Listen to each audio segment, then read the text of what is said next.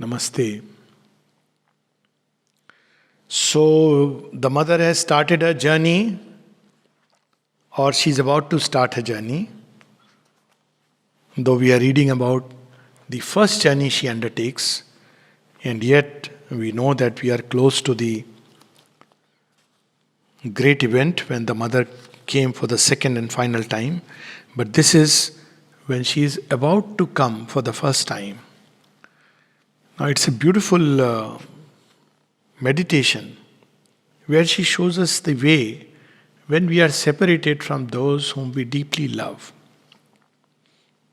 When we read this prayer, we realize we don't really love. For us, love means only physical closeness, an exchange of vital vibrations, maybe sharing a common interest, common thought. But love is a connectedness from soul to soul. And yet, because there is this connectedness, the outer being, the body, mind, vital, they all try to reproduce it very clumsily. And when it doesn't happen, there is pain.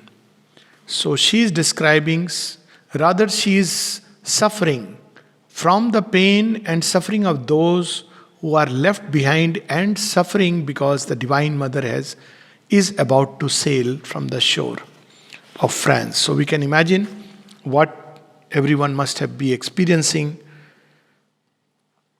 March 3rd, 1914. March 3rd, 1914. As the day of departure draws near, it's another prayer.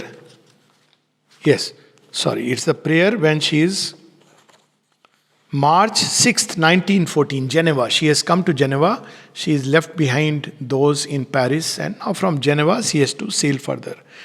Geneva, March 6th, 1914. Prayer is the same that I have been referring to. After I had acutely suffered from their suffering. See, this is the sign of greatness. We may ask, why is the mother and Sri Aurobindo suffering? They are above suffering. This question was asked to Sri Aurobindo, and Sri Aurobindo replied, certainly the divine need not suffer and he is above suffering. But he takes upon himself the burden of suffering of others. At a human level, we can experience it, or rather mothers experience it. Mothers, more than their own suffering, they suffer for the suffering of the child. Similarly, we can imagine the Divine Mother. Now, Divine Mother, she can be above suffering. Even in her sickness, acute sickness, she can be beyond it. But she suffers from the suffering of her children. This is the great sacrifice of the Divine Mother, which is spoken of in the Vedas. Sri Aurobindo speaks of it in Savitri. She takes upon herself the burden of everybody's suffering. So it starts with this: after I had acutely suffered from their suffering. Who are they? They are the ones who are left behind, and they are suffering because she is physically moving away. I turned towards thee in an attempt to heal it by infusing into it a little of the divine love, source of all peace and happiness. This is the big difference between the Divine Mother's way of dealing with things and a typical traditional yoga. Imagine somebody asking a traditional yogi, I am suffering. What would he say? Be detached. Have you not read the Gita? There is nothing which is real. This suffering is unreal. You are unreal. Your so-and-so is unreal. No, she doesn't do that. She understands the suffering and puts in its place divine love. Why? Because she is healing it. She knows there is suffering and she must heal it. That's her role. She's not there to give philosophical lecture or teach that kind of spirituality which is cut off from the world.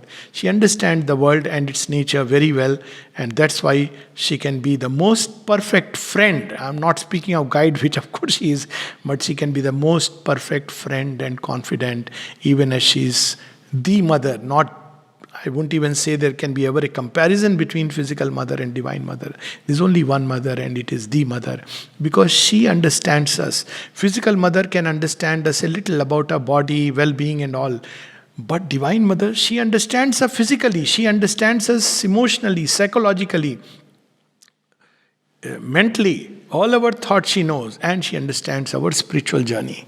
And what does she do? She doesn't give lectures, she doesn't believe in it. She puts in its place a little of the divine love, source of all peace and happiness. At one place she says, divine love is the best emotional protection. Attachment to the divine is the best way to protect our emotions from getting hurt. Then, we must not run away from suffering. We must not love and cultivate it either. So there are people who want to escape from suffering. Oh, I don't want suffering, I don't like suffering. The problem is the more we run away from something, it will chase us. Equally, there are some who have a perverse love for suffering. Unless they suffer, whether in love, in old time people made a gospel of suffering in love, all these romantic tales, sentimental love, and we have such songs, and people who are going through this pain of emotional vital love, they, as if to aggravate it, they listen to these songs. But that is not the way. When we are hurt deep within, or when we are suffering because of separation, we should turn still deeper and come in contact with the divine love. So she's saying both these attitudes are born of ignorance, either to shun away from suffering, run away from suffering, or to love and cultivate it. So what we should do, we must learn how to go down deep enough in it to make it a lever which will have the power to force open the doors of the eternal consciousness and enter into the serenity of thy unvarying oneness. This is the path shown to us by Radhama, and the Shri Krishna's Divine Mother. And this is the path shown to us by Radha, who took a physical body, the Divine Mother herself. Because when she was asked, is it true? Did Radha ever exist? Mother says, not only has she existed, but she continues to live upon earth. So who else she is referring to but herself? So the path she has shown, when we suffer from those whom we love and they are away, instead of lamenting, going into depression is a state of acute egoism because we love egoistically, so we want to be attached, hold on, possess. We are missing the things which we are getting from that person. Instead of that, she says, turn it into a lever to go within. And then, when we go within, reach deep inside where we'll find the unvarying oneness, where we will find that truly we are all together, always in the oneness of the divine. Now she describes the nature of suffering. See, we have read all these big philosophies and built all castles around it. Look at the mother's way of explaining. See, this, what shall I say? It is not just a philosophy based on intellectualization, but it's a philosophy born on the double experience of life as well as the highest truth. So it is a natural, organic philosophy which flows out from her. She would not care to turn it into a system. But look at what she is revealing to us. Subtly, this sentimental and physical attachment, which produces a search when the body is separate, is childish from a certain point of view. When we contemplate the impermanence of outer forms and the reality of the essential oneness. So there is a Buddhist way of looking at it. See, it's understandable, in life everything is changing. We should know it. Nothing lasts forever. Whether it be our own body, as it is said in Hindi, people say that even your body leaves you. What of friends? So even the body which we identified with and thought this is mine leaves us. The whole world is constantly changing. But behind this change, there is a movement upward. This Sri Aurobindo reveals. But otherwise, this is true that everything is impermanent. And if we are attached to it ignorantly, it is bound to give us pain. So why are we attached? He says it is ignorance, because we should know that it is going to go away one day or the other. And the more intense the attachment, the more the pain will be there. So this is one part of it. But look at the other side of the truth. And this is where the integral metaphysics or integral philosophy of Sri Aurobindo and the Mother, though I'm sure this term is not applicable to them because, as I said, this is a different kind of philosophy born out of an integral experience of life and divine. So, this is one part. But on the other hand, is not this attachment, this personal affection, an unconscious effort of men to realize externally, as far as possible, that fundamental oneness towards which they are ever tending without even being aware of it. So, why it is there? Even behind movements of ignorance, there is a truth. And the truth of this emotional attachment, this wanting to be together, the truth is the truth of oneness. So, because oneness is behind, nature tries to create it. Something within, even outwardly, wants to create this oneness. It doesn't know the means. The true means is, even physically, a time comes when one can realize that it's one substance. She speaks about it much later. But we don't know the means. So we want only physically for two people to stay together. But this is not going to help as long as we live in the ego and ignorance. It will invariably lead to rubbings and cutting of the corners. That's why spaces are needed in togetherness, as Khalil Gibran puts it. And when we have the space, when we have each discovered the deep truth within, we come back and there can be a much deeper union. But at the same time, she says that, reveals that this is a movement of ignorance, but there is a truth behind it. Just like desire is a movement of ignorance. But behind this movement is a deeper truth, the truth that everything belongs to the one consciousness force. But in desire, we try to strive and externally possess it, externally want it, and therefore it brings its recoil of suffering, struggle, and pain. And precisely for this reason, is not the suffering produced by the separation one of the most effective means of transcending this outer consciousness?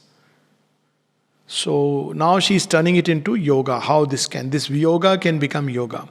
So this is something very interesting, because we can look at the Gita in a different way. Now in the Gita there is a similar dilemma, killing his own kith and kin. And Shri Krishna starts with this, that nobody really, is died or killed. Everybody is secure in the breast of the one, though because of the exigency of time, Shri Krishna reveals it in few short, crisp sentences. This can be misunderstood. Misunderstood in the sense nobody really dies, nobody kills, so it doesn't matter, we can kill with impunity. Not at all. Sri Aurobindo reveals that in Essays on the Gita. It doesn't mean that. It means that all is a progressive manifestation of the one divine. And in the divine breast, we discover that state of oneness.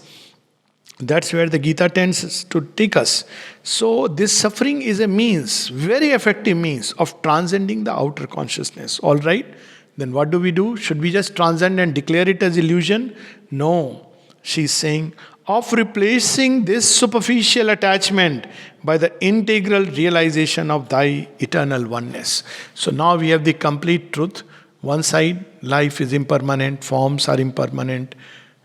Second side, yet this attachment to the wish to create permanence, the wish to come together forever and live together, is a mistranslation of a deep truth. And the deep truth is that because there is oneness behind, man is never satisfied with this state of division and separation and wants things to come together and be in a state of oneness, depending upon how vast a consciousness is.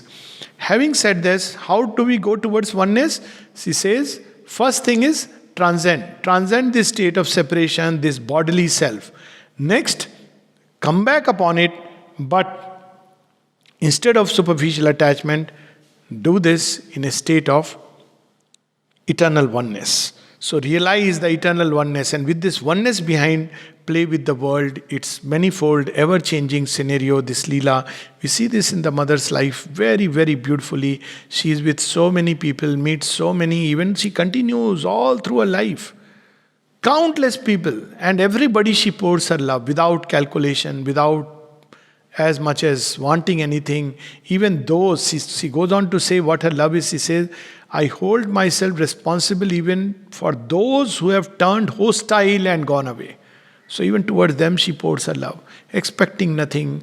There's no attachment in that sense, but she constantly gives. So from that state of oneness, she infuses this sweetness and love in every form.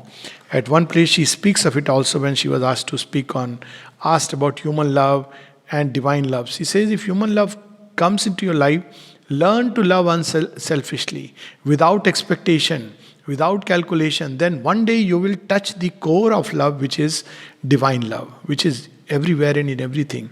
Always when people asked her, she would say, do not crush emotions.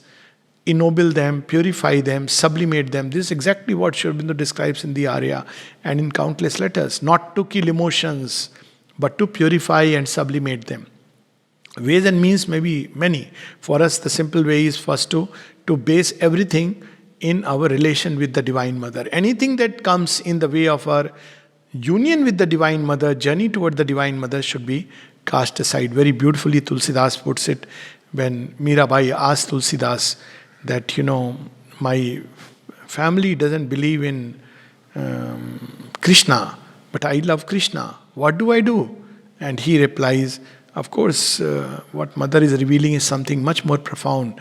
But he replies, a reply which is not sectarian, but very profound. If we look at it superficially, it may look sectarian. But deep within, he says, Jake priyana ram vaidehi, so chhadiye koti beri sam jadbi param sanehi. They who do not love the Lord, leave them aside. And as if they are enemies of your being, even if they are very dear to you. Now, this obviously is an imperfect rendering of a deeper truth. The deeper truth is, see the divine being in everyone, regardless of their belief or non-belief, and you move on the path which you are destined to move. At the same time, this is what the Mother is doing. She is not waiting, stopping back, saying, oh, you people will miss me, I'll miss you, therefore I will stay back. No, she has to do what she has to do. She has to choose her own karma bhumi and go where her life's mission takes her. But at the same time, she understands the suffering and the pain and infuses into them all the divine love that she can give at a given point of time. So, this is what we see here. It was this that I wished for them all. She is wishing for them something very beautiful. It was this that I ardently willed for them. And it was for this that I, assured of thy victory and certain of thy triumph, confided to thee their grief so that thou mayest by illumining heal it. So you see, it's very interesting. Mother's different responses to different people, and it's very, very, very interesting how we should not reduce anything to a dogma. To somebody who asks that at my home somebody is not well, what should I do? Mother said, you can take care. You can do much better by being here. Because here you have the very source of light and energy. You can connect with that, send thoughts of love and send thoughts of healing, and it's going to help much more. Unless physical presence is required. But physical taking care others can do. But this is something you can do and do it much better here. Now some disciple must have picked up that sentence, and when someone else wanted to go home to take care of the mother, this person who was in charge of the department said, no. You should not go. You're not supposed to go.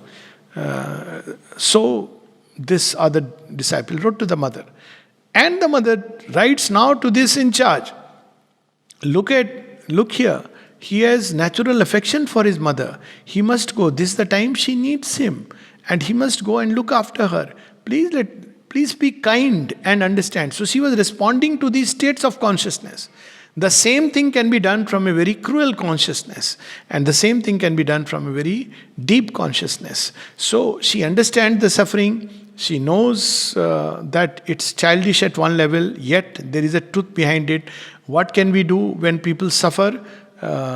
Indirectly, because we are separated, sometimes we may have become unwittingly the cause of their suffering, not because we want anybody to suffer. One should never want at all that, but because of certain things one has to move on with life depending on one's life's mission and goal. That is very sacred and important, the aim of life, especially if it be the divine, say a Buddha. So, but what does one do about those who are left behind and they feel the pain? Well, we can always pray for them. We can pray that the divine be with them, that their hearts and minds be filled with the divine peace and love. And wherever they are, the divine will look after, take care, and they will experience a deep peace and love, even though they are physically far. They may not understand its reason, but the divine surely takes care. Then she summarizes it. O Lord, grant that all this beauty of affection and tenderness may be transformed into a glorious knowledge. So it should be based on a deeper truth understanding. When love is disconnected with knowledge, then it becomes something blind and turbulent. When love is based on this deep wisdom, then it is something very beautiful and wonderful. Grant that the best may come out of everything, and thy happy peace may reign over the earth. So we read it again. Geneva, March 6, 1914. After I had acutely suffered from their suffering, I turned towards thee in an attempt to heal it by infusing into it a little of the divine love, source of all peace and happiness. We must not run away from suffering. We must not love and cultivate it either. We must learn how to go down deep enough in it to make it a lever which will have the power to force open the doors of the eternal consciousness and enter into the serenity of thy unvarying oneness. Certainly, this sentimental and physical attachment, which produces a wrench when the bodies separate, she's describing that experience, is childish from a certain point of view. When we contemplate the impermanence of outer forms and the reality of thy essential oneness. But on the other hand, is not this attachment, this personal affection, an unconscious effort of men to realize externally, as far as possible, that fundamental oneness towards which they are ever tending without even being aware of it? And precisely for this reason, is not the suffering produced by the separation one of the most effective means of transcending this outer consciousness, of replacing this superficial attachment by the integral realization of thy eternal oneness? It was this that I wished for them all. It was this that I ardently willed for them. And it was for this that I, assured of thy victory and certain of thy triumph, confided to thee their grief, so that thou mayest by illumining heal it. O Lord, grant that all this beauty of affection and tenderness may be transformed into a glorious knowledge. Grant that the best may come out of everything, and thy happy peace reign over the earth. Namaste.